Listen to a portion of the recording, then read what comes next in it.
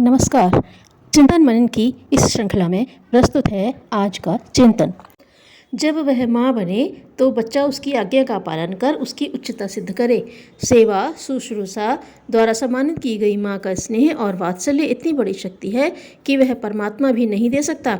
भारत में परमेश्वर की पिता के समान ही नहीं किंतु माता के समान पूजा होती है। माता का शब्द यहाँ सबसे प्यारा और सबसे समीप का संबंध माना गया है। कोई कष्ट होता है, बड़ा दुख सिर पर आता है, तब उस समय हम परमात्मा की भी उतनी याद नहीं करते जितना हृदय तल से माँ की याद करते हैं। हमें उस समय मालूम होता है कि माँ से बढ़कर संवेदनशील, करुणामय, दयाद्र चित्त और सहायक दूसरा कोई नहीं हो सकता। ऐसी शक्ति तो सचमुच सम्माननीय ही नहीं, पूजनीय है।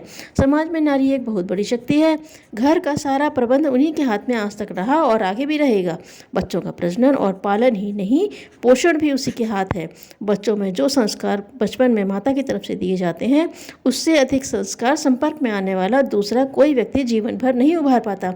मित्रों, पड़ोसियों और कुटुंबियों का असर भी आता है, लेकिन बिल्कुल बचपन में अगर माता भक्तिवान, श्रद्धावान हो तो उसके द्वारा जो संस्कार बच्चों को मिलता है वह सबसे ज़्यादा बलवान होता है। जीवन में उत्थान के पहियों को तेजी से संस्कार ही खींच पाते हैं।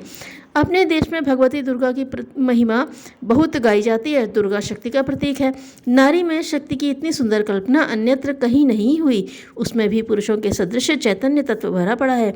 आज उसे जगाने की आवश्यकता है। हमारा गौरव नारियों के शरीर सजाने में, रूप पारायण अथवा भोग परायण बनाने में नहीं, वरन उन्हें शक्ति, सरस्वती और साध्वी बनाने में है। नारी में उन निष्ठाओं का विकास होना ही चाहिए जिनकी प्रतिछाया हम भावी संतति और समाज में देखना चाहते हैं। स्त्री के गुण लज्जा, भय या संकोच नहीं, वरन विनय, आत्मश्रद्धा, निर्भयता, शुचिता, आत्म सौंदर्य का भाव हमारी माताओं में जगाया जाए, ताकि वे इन गुणों को भावी संतानों को दे सकें और उनमें भी वैसी ही तेजस्विता, मनस्विता, वीरता, समर्थता, मेधा के भाव भरते हुए चले जाएं और अतीतकालीन गौरव एक बार फिर से स्पष्ट हो पड़े। मानवीय शक्ति का जागरण ही विश्व परिवर्तन का आधार है। नारी विधेयात्मक शक्ति है जो काम पुरुष शक्ति प्रदर्शन द्वारा करता है। नारी उसे सहज, स्नेह, सरलता और सौम्यता पूर्वक संपन्न कर लेती है। युग परिवर्तन का महत्वपूर्ण प्रयोजन पूर्ण करने के लिए तो सर्वतोभावे नारी को जगाना चाहिए, उसी को बढ़ाना चाहिए और विश्व शांति के उपयुक्त वातावरण बनाने की उसी से याचना करनी चाहिए।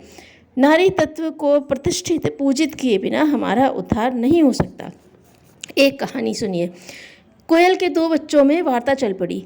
जो छोटा था वह बढ़ बढ़कर बातें कर रहा था। मैं बड़ा होकर बैजू बावरा, तानसेन तथा विष्णु दिगंबर पुलिस्कर की कोटि का संगीतज्ञ बनूंगा। माँ यह सब सुनकर बोली, बेटा यह तो बाद में सीखना, पहले तो अपने घर में बोले जाने वाली मीठी वाणी का अभ्यास कर। धन्यवाद।